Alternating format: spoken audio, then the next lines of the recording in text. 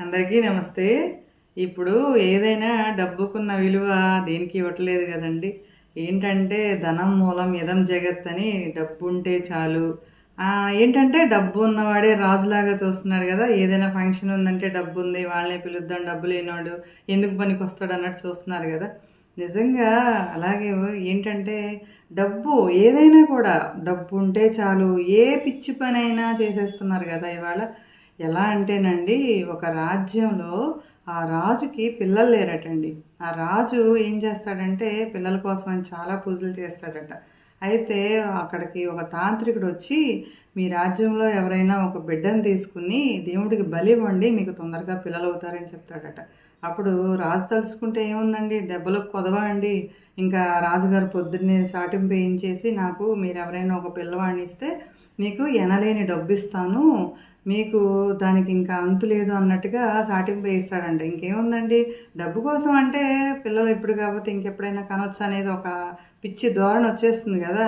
అలాగే ఒక తల్లిదండ్రులు ఆలోచించండి. ఒక 7 ఏళ్ల పిల్లవాడిని, "వీడేమీ పనికిరాడండి మాకు, వీడితో మాకు అవసరం లేదు, మీరు కావాలంటే తీసేసుకోండి, మీరు ఇవ్వాల్సిన డబ్బు మాకు ఇవ్వండి" అని చెప్పేసి తీసుకొచ్చి అప్పచెప్తారటండి. రాజుగారు ఏం చేస్తాడు, నిజంగా తీసుకుని ఆ పిల్లోడిని బలివ్వటానికి రెడీ చేస్తాడటండి. అయితే కానీ 7 ఏళ్ళంటే కొంచెం అవగాహన ఉంటుంది గదా! అడుగుతాడట రాజు.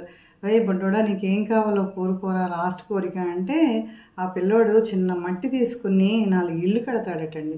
ఏంటంటే 4 ఇళ్ళు, "ఏంట్రా ఏం చేస్తున్నావు నువ్వు? ఇక్కడేమన్నా చేస్తున్నావా?" అంటే అప్పుడు ఆ బుడ్డోడు చెప్తాడట, "ఒక ఇల్లు తొక్కేసి ఇది మా అమ్మా నాన్న ఇల్లు. ఏంటంటే నా అమ్మా నాన్న నా ప్రపంచం అనుకున్నాను. వీళ్ళు లేరు" అని చెప్పేసి తొక్కేస్తాడటండి.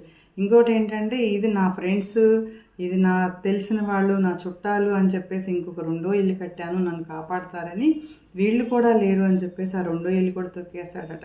మూడో ఇల్లు ఏంటంటే, "మీరు అన్నిటికీ ధర్మం చెప్తారు, అన్నీ చెప్తారు. రాజు అంటే మన రాజ్యాన్ని ఏళ్తాడు అని మా అమ్మ చెప్పింది. మీరు కూడా అన్యాయానికి పాల్పడుతున్నారు కాబట్టి మీరు కూడా లేరు" అని తొక్కేస్తాడటండి. ఇంకోటేంటంటే, నాలుగో ఇల్లు మాత్రం ఉంచుతాడట. "ఏంట్రా అది ఉంచావు" అంటే, "మా అమ్మ పొద్దున్నే పూజలు చేస్తది. ఏమో ఆయన మనకి కనిపించకపోయినా కూడా చాలా మంచి చేస్తాడని చెప్పింది. అందుకని ఉంచాను. నాకేమైనా మంచి చేస్తాడేమో చూస్తాను" అని చెప్పేసి అంటాడట.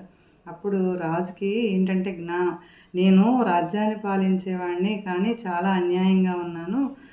ఇది ధర్మం కాదు కదా" అని చెప్పేసి అప్పుడు జ్ఞానం అనిపించి, "నాకు పిల్లలు అక్కర్లేదురా, నీ తల్లిదండ్రులు నిన్ను వద్దనుకున్నారు. ఇవాళ నుంచి నువ్వే నా బిడ్డవి, నువ్వే నా రాజకుమారుడు" అని రాజు చెప్పడం జరుగుతుందట.